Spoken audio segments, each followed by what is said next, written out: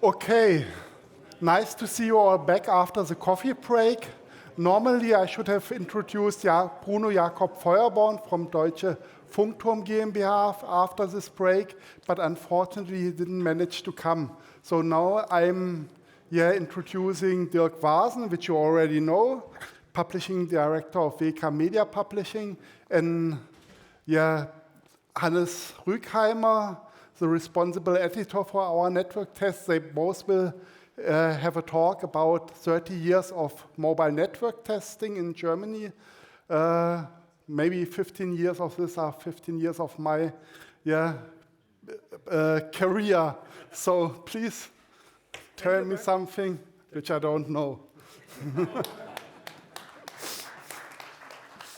So it's a completely new situation for me. And it's kind of a PowerPoint karaoke, because we didn't have the time to do this and to train this. Yeah, and it's a little spontaneous. I said to Bruno, I'm going to talk about the FMG, but he has to live with the consequences. And so he said, no, better do something different. So we have a look over 30 years of Connect. And I've been only 20 years with Connect, but you're one of the Gründungsmitglieder. I'm part of the inventory, Yeah, okay. So how did you see the development? What's been the idea in 1993? Well, I mentioned that yesterday in one of the talks. When we started with Connect, I have to say that I joined the editorial staff in the 4th issue, so I was not a founding member, but I saw it at the newsstand and found it fascinating and said, I want to play with those guys. At that time, it was a very, very special interest thing. So everybody around there were some online freaks, some technology freaks, and honestly, nobody of us expected that this connectivity, this internet, would play such an important role in business, in society, as it turned out. And this was our big luck as a magazine as well, that things turned out that way. So we have a little anniversary. Malik kindly mentioned that earlier on today. We have 30 years of Connect magazine. The first issue appeared back in 1993. And of course, we had to do a little celebration. So in our, I think it was the March issue this year, we had the original cover underneath the current one. This is what you see here on the slide. Connect started with a network test quite early. That's right. We're talking about networks today and not about publishing history. When we're talking about 30 years of Connect, we're talking actually about 30 years of network testing. There's always a discussion in the editorial staff, is it really true? Because the very refined methodologies came later, obviously. But in the very first issue, and we're happy that this is the case because we can say we do it for 30 years now, we had something that we called a network test. It was D1 versus D2. It was basically the editorial colleagues of that time taking their private cars and driving around in the countryside and on the autobahns. And it was all about coverage. The question really was, is there network at all? Where can I find a network to test my mobile phone? Yeah. And if you have a look at one of the smaller things here on the slide, this was also kind of our service approach as a magazine. When the vacation season started, we had little charts of the main countries like France and Italy. Where can you go, or where can you reasonably expect to be connected with your 2G digital phone when you're abroad? Costs aside, this was another topic. Yeah. And I remember the information about the tariffs. So, and the money you had to spend, it's what I said earlier. Yeah, this was known as the roaming shock. People came back and, oops, I spent some 800 Deutschmarks just for calling my mother every 2 days or so. Yeah. This can happen on boat cruises. Still. Exactly, because it's unregulated, totally. So next slide. So, jumping a little forward, some 7 years, 6 years, the first question, as I said before, was, is there coverage at all? Is there network at all? And then we slowly started about talking about quality, thinking about KPIs like voice quality and how well are the networks actually working. And this shows how Connect is working since then.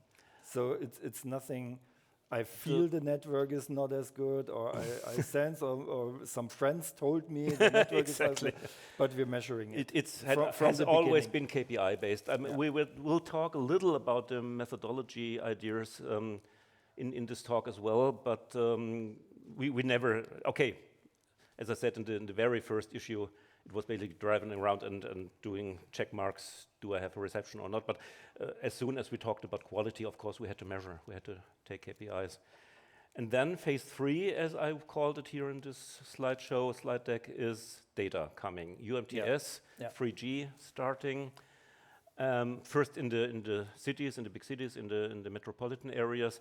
So as you see here on the right-hand side of these scans, we actually went into the municipalities and said, okay, who's the best in Munich, who's the best in Frankfurt, who's the best in Berlin?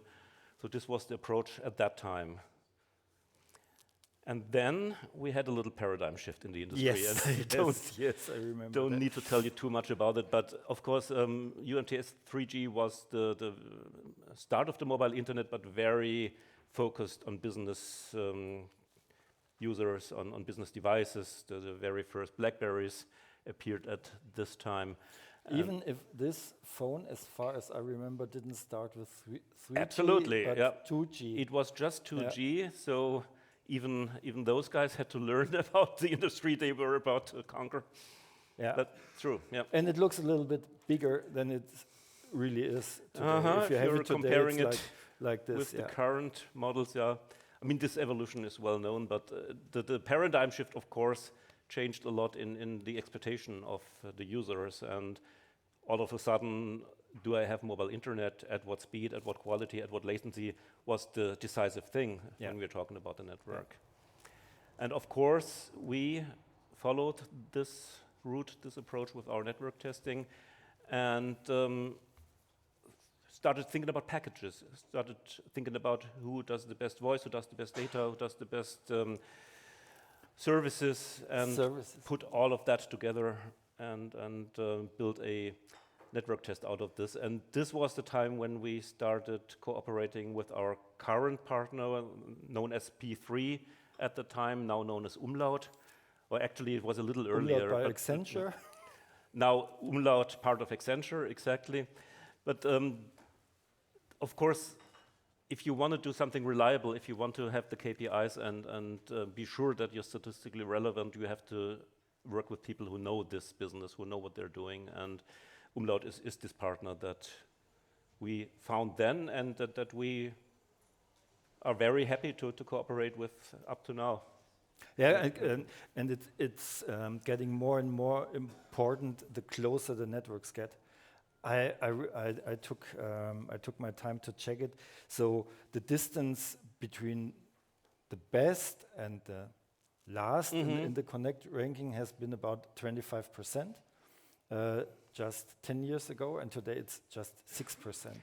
So if you say this one is number one, you have to measure in milliseconds and not minutes like years ago. Yeah, I was so thankful to Malik that he said that actually these kinds of tests drive the network quality, because this is basically what we are striving for. We are doing it for the readers. We are doing it as a service that people know which may be the best choice for me when I'm selecting an operator. But as a side effect, we helped pushing this industry forward, and this makes us a little proud, I have to say. So thinking about history, the next thing, of course, was 5G.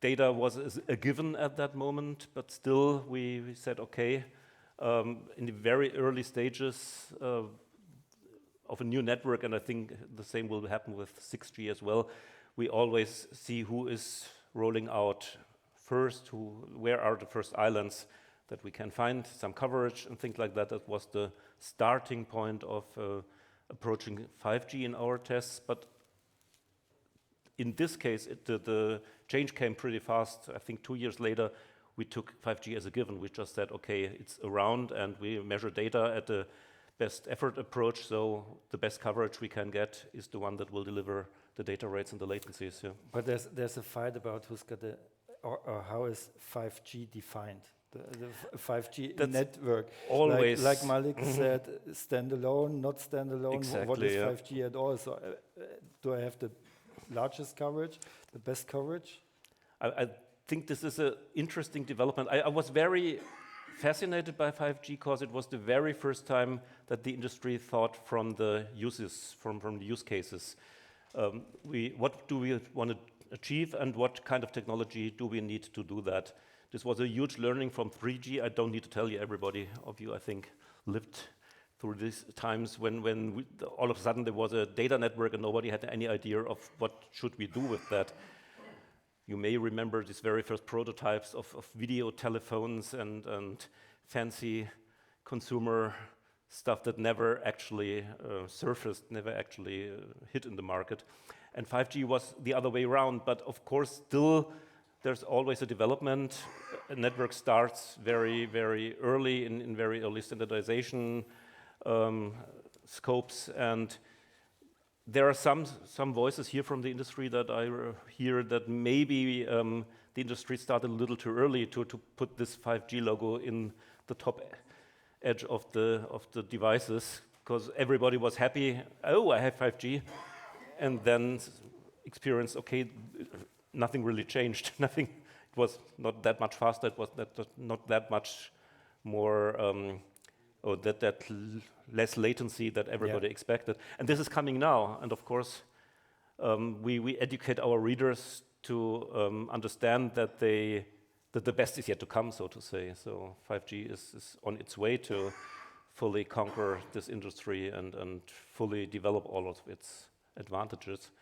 But of course, we're also thinking about the future, which is part of this conference here, which is why we, both of us, and I think some of you I've met there as well, joined the IEEE conference about 4 weeks ago here in Dresden, where also many concepts of the next generation are already discussed. And of course, we're also thinking about what does that mean in terms of networks. Will we have the same situation as with 5G, which means we start with little islands and have to see who's the first in rolling out or so, or will this a totally different approach? Because we still have to, again, have this transition from a 5G to a 5.5G to whatever steps in between. And what you do, how to evolve this test. So what we did 30 years ago has been totally different from what we're doing now. Absolutely. So, from, if you can describe it, it started with backpackings and 5 smartphones in your hands, and you checked. I'm not sure if you remember or if it was just coincidence, but this is exactly what I wanted to talk about now. It's about the evolution of methodologies. In the very early times, okay, the ultra early times, everybody just took their private or their current test devices and drove around and put some notes. But of course, we had to professionalize that, and the first step was to program a little application that would read out the KPIs from those Nokia devices that we see here, and put them into log files and analyze them later on. And the minute we started cooperating with P3, things even got more professional. You may be aware about the basic concept of these network tests that we have been doing for more than 15 years now with them, which is we have drive tests. We have cars driving around on predefined routes that gather the measurement values for all the networks that we that we're testing. And also we have those backpacks, those trolleys for the so-called walk tests, which the testing teams use in inner city areas, which they use on railways as well. And also we have this crowdsourcing approach, which is also part of our methodology today, which basically means that certain applications have background processes where they log what kind of connection do I have right now, which kind of, or what speed class are we currently using in the network, how good is the latency, and things like that. And also, of course, there's always a discussion of which should we emphasize more? Is the drive testing and walk testing the more important part, or is it the crowdsourcing? Both have their pros and cons, obviously, as we have here on the charts. I have to admit that my eyesight is not that good that I can see it on this monitor over there I can tell you. But of course, yeah, you have this controlled environment when you're doing the drive testing and walk testing. You have the devices, you have the control software that steers everything. You can go to the limits of the networks. You can measure up to the very high specs, to the fastest connections and to the shortest latencies. And you can do a broad scope of KPIs, of course. You can say, okay, we want to have a look at YouTube. We want to have a look at HTTP downloads. We want to have a look at video conferencing and all those things, because it's all defined by the control software. So we're benchmarking according to use cases. That's even significant. Exactly, so but still against the limits. So it started against the performance limits. Right, call speech quality. So that's exactly in the beginning, and now Netflix, streaming, music streaming, voice calls, and so on. But it is complex, obviously, and still, even if you're doing a lot of drive testing, you will not cover 100% of your network. You will cover something like 20% or 25% or so. And if it's not done right, and we're happy that we're having Umlaut who are doing it right and who are knowing what they're doing, it can be artificial, because you may go a wrong path and set up some conditions that are not too important, not too relevant for the user. So there's this other approach, which is crowdsourcing, which is just looking in the background of smartphones, what people are actually doing with that. The main pro, of course, is you have a really large user database. When you're in the right apps, you get a lot of data from a lot of different users. You have real-world insights, because this logging takes place in the back end or in the background when people are doing what they're doing with their phones. Like we don't know the apps, and we don't obviously want to disclose them, because it may open the door to fraud attempts if people would know in which applications those background tasks run. But they are everyday apps. This is not I have to start a measurement app. I'm using my messaging, I'm using my social media, all this kind of stuff. So it's closer to the actual user experience. On the contra side, on the weak side, you have the influence of the tariffs, of course. It depends on what people are actually using, what kinds of tariffs they use, what kind of devices they use. And with this background task, you can only do a limited amount of KPIs. So Hakan is arriving this evening, as far as I know, and he can't tell how they do it, but he's selecting all these samples on plausibility. Exactly. So checking whether maybe it's limited cause of the tariff or cause of the hardware, and so it's filtered.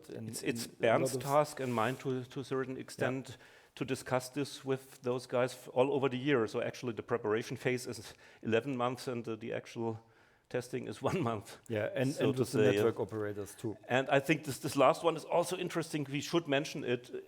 You do have to implement some kind of fraud prevention. You do have to take some countermeasures against one operator saying, okay, I equip all of my workers in all of our headquarters with the right apps so that they will shift the data into some more convenient surroundings. So you have to recognize that and see that you avoid those kinds of attempts. So our approach at Connect simply is to combine this, the best of both worlds, which means combining drive testing, walk testing with this crowdsourcing approach. This is what we are currently doing and what we are planning to continue. And you asked me to put that last slide into the I don't know why presentation. I told you to do that, but I said maybe the growing family has some ideas about that as well. How we cover the ICT topics in our brands. So that's for me the not famous, but maybe last words for this panel. Connect is covering everything on telecommunications, quality, deep testing, and so on. The Connect Living is connected for connected devices, because we're going to have more than millions of connected devices, and we have to cover this topic. And third is the Connect Professional, and Connect Professional is the brand for today. So it's a B2B brand. So I think the Connect Professional will be covering all the topics of today. So we are addressing consumer, business people, partners, also B2B to C2P. So and there are different network testing. So if I compare, how should a network be for Connect Living user or for Connect user or for professional user, that makes also differences. And Absolutely, so we're going to test even more in the future. Sounds promising, And doesn't it? Yeah? There's the Testlab missing, and Bernd is not missing. Bernd is not missing because we are able to measure 5G hardware. So and I think we're still the first one in Germany, Europe. I don't know. We have to talk to Roland Schwarz. In Germany, we are, I think, in Europe also. But this gives a nice transition to the next speaker. Oh, Exactly. yes, we have 1 minute over time. So the one thing I only wanted to say, if you have any questions, Should Bernd and me are the ones to talk to. Should we wait for a question? I think No. No. Okay, We'll do it in the next coffee break, I think. Yeah.